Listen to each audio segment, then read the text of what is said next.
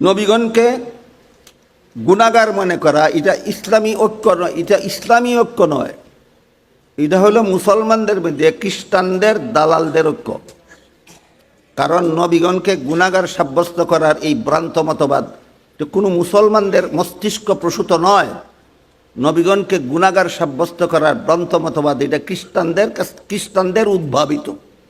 আমি আজকাল এই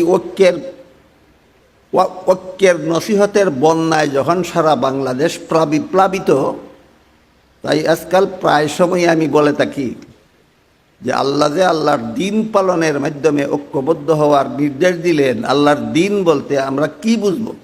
অমুক অমুক ব্যক্তি অমুক অমুক দল ঐক্যের নামে তামাশা করে যাচ্ছে, ইলমে তাজকিয়ার অমুক অমুক সিদ্ধান্ত লঙ্ঘন করে অমুক অমুক দল বা ব্যক্তি ঐক্যের নামে তামাশা করে যাচ্ছে।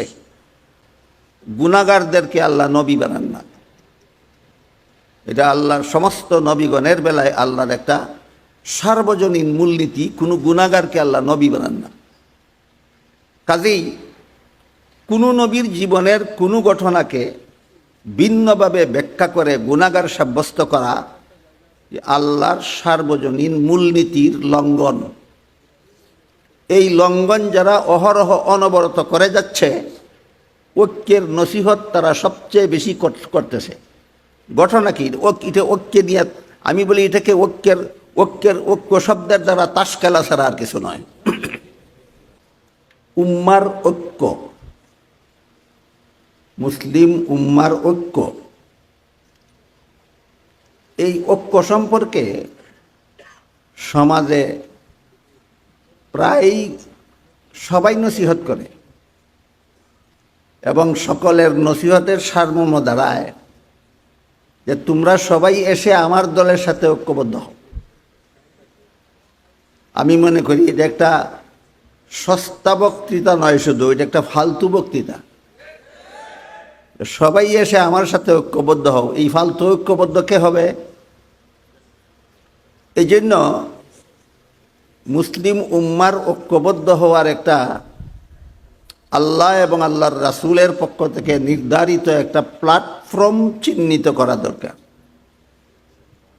আল্লাহ এবং আল্লাহর রাসূল, আল্লাহর বান্দাকে, রাসূল তার উম্মতকে প্ল্যাটফর্ম বিহীন ছেড়ে দেননি। আল্লাহও তার বান্দাকে ঐক্যবদ্ধ হওয়ার একটা সুনির্দিষ্ট প্ল্যাটফর্ম বর্ণনা করে দিয়েছেন। হাদিস শরীফে রাসূল করিম সাল্লাল্লাহু আলাইহি ওয়াসাল্লাম তার উম্মতকে ঐক্যবদ্ধ হওয়ার একটা প্ল্যাটফর্ম সাব্যস্ত করে দিয়েছেন। সেই দৃষ্টিকোণ থেকেই আমি আপনাদের সামনে একটি আয়াতের অংশ তিলাওয়াত করেছি। আল্লাহ বলেন, ওয়া আতাসিমু বিহাবলিল্লাহি জামিআন ওয়া লা তাফাররাকু। এর অর্থ হলো, হে মুমিন মুসলমানেরা, তোমরা শক্তভাবে ধারণ করো আল্লাহর রশ্মিকে। এখানে আল্লাহর রশ্মি বলতে আল্লাহর দ্বীন বোঝানো হয়েছে। অর্থাৎ তোমরা আল্লাহর দ্বীনকে শক্তভাবে ধারণ করো। একথা বলার পরে বলেছেন ওয়ালা তাফাররাকু, এবং তোমরা বিচ্ছিন্ন হও না, তোমরা ঐক্যবদ্ধ হও।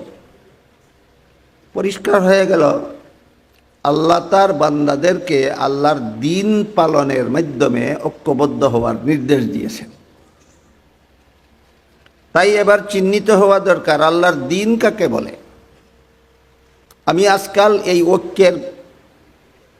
ঐক্যের নসিহতের বন্যায় যখন সারা বাংলাদেশ প্লাবিত, তাই আজকাল প্রায় সময় আমি বলে থাকি যে আল্লাহ যে আল্লাহর দিন পালনের মাধ্যমে ঐক্যবদ্ধ হওয়ার নির্দেশ দিলেন, আল্লাহর দিন বলতে আমরা কি বুঝব? এ ব্যাপারে অনেক লম্বা কথার সারমর্ম আমি যেটুকু বলেছি সেটা হলো, প্রসিদ্ধ একটি হাদিসকে হাদিসে জিবরিল বলা হয়। সেখানে দেখা যায় রাসূল তার উম্মতকে 3 প্রকার ইলম শিক্ষা দিয়ে এই 3 প্রকার ইলমকে দ্বীন বলেছেন। একটা ইলমের নাম হলো ইলমে আকাইদ, আর একটা ইলমের নাম ইলমে ফিকহ, আর একটা ইলমের নাম ইলমে তাজকিয়া। হাদিসের কোন অংশে কোন এই তিন এলিমের কোন কোন এলিম হাদিসের কোন কোন অংশে শিক্ষা দেওয়া হলো সেটা বিস্তারিতভাবে বলার মতো সময় যেমন আমার হাতে নাই, এই অনুষ্ঠানটাও এত বিস্তারিত সময় আমাকে দেওয়ার মতো নাই। তাই আমি খুব শর্টকাটে বলছি যে এই হাদিসে আল্লাহর রাসূল উম্মতকে তিনটা ইলম শিক্ষা দিয়েছেন: ইলমে আকাইদ, ইলমে ফিকহ, ইলমে তাজকিয়া। এবং শেষের দিকে বলেছেন এই তিনটা এলিম হলো আমাদের দ্বীন। সুতরাং যদি মুসলিম উম্মাকে ঐক্যবদ্ধ হতে হয় তাহলে ইলমে আকাইদের সিদ্ধান্ত মেনে নিয়েই ঐক্যবদ্ধ হতে হবে। ইলমে আকাইদের সিদ্ধান্ত অমান্য করে ঐক্যের বুলি আওড়ানোটা জাতিকে নিয়ে তাস খেলার নামান্তর। ইলমে আকাইদের সিদ্ধান্ত মেনে নিয়েই ঐক্যবদ্ধ হতে হবে সত্যই যদি কোনো মুসলমানের ঐক্যবদ্ধ হওয়ার খায়েশ থাকে। ইলমে ফিকহের সিদ্ধান্ত মেনে নিয়েই মুসলমানদের ঐক্যবদ্ধ হতে হবে সত্যই যদি ঐক্যবদ্ধ হওয়ার ইচ্ছা থাকে। ইলমে তাজকিয়ার সিদ্ধান্তগুলি মেনে নিয়েই মুসলমানদের ঐক্যবদ্ধ হতে হবে সত্যই যদি ঐক্যবদ্ধ হওয়ার ইচ্ছা থাকে। আমার হাতেও সময় কম, আপনাদের অনুষ্ঠানেরও সময় কম, তা না হলে আমি প্রত্যেকটা এলিমের এক একটা উদাহরণ পেশ করে বলতাম যে ইলমে আকাইদের এই সিদ্ধান্ত আজকাল অমুক অমুক প্রত্যাখ্যান করে ঐক্যের দাওয়াত দিয়ে ঐক্যের নামে তামাশা করে যাচ্ছে। ইলমে ফিকহের অমুক অমুক সিদ্ধান্ত লঙ্ঘন করে অমুক অমুক ব্যক্তি অমুক অমুক দল ঐক্যের নামে তামাশা করে যাচ্ছে। ইলমে তাজকিয়ার অমুক অমুক সিদ্ধান্ত লঙ্ঘন করে অমুক অমুক দল বা ব্যক্তি ঐক্যের নামে তামাশা করে যাচ্ছে। এর মধ্যে শুধু আকাইদ সম্পর্কে একটি কথা বলি। আল্লাহ পাক রব্বুল আলামিন পবিত্র কোরআনের এক আয়াতে বলেছেন, লা ইয়ানালু আহদিজ জালিমিন। এর মর্ম হলো গুনাহগারদেরকে আল্লাহ নবী বানান না। এটা আল্লাহর সমস্ত নবীগণের বেলায় আল্লাহর একটা সার্বজনীন মূলনীতি, কোনো গুনাহগারকে আল্লাহ নবী বানান না। কাজেই কোনো নবীর জীবনের কোনো ঘটনাকে ভিন্নভাবে ব্যাখ্যা করে গুনাহগার সাব্যস্ত করা আল্লাহর সার্বজনীন মূলনীতির লঙ্ঘন। এই লঙ্ঘন যারা অহরহ অনবরত করে যাচ্ছে ঐক্যের নসিহত তারা সবচেয়ে বেশি করতেছে। ঘটনা কি? এটা ঐক্যে নিয়ে আমি বলি এটাকে ঐক্য শব্দের দ্বারা তাস খেলা ছাড়া আর কিছু নয়। নবীগণকে গুনাহগার মনে করা এটা ইসলামী ঐক্য নয়, এটা ইসলামী ঐক্য নয়। এটা হলো মুসলমানদের মধ্যে খ্রিস্টানদের দালালদের ঐক্য। কারণ নবীগণকে গুনাহগার সাব্যস্ত করার এই ভ্রান্ত মতবাদ কোনো মুসলমানদের মস্তিষ্ক প্রসূত নয়।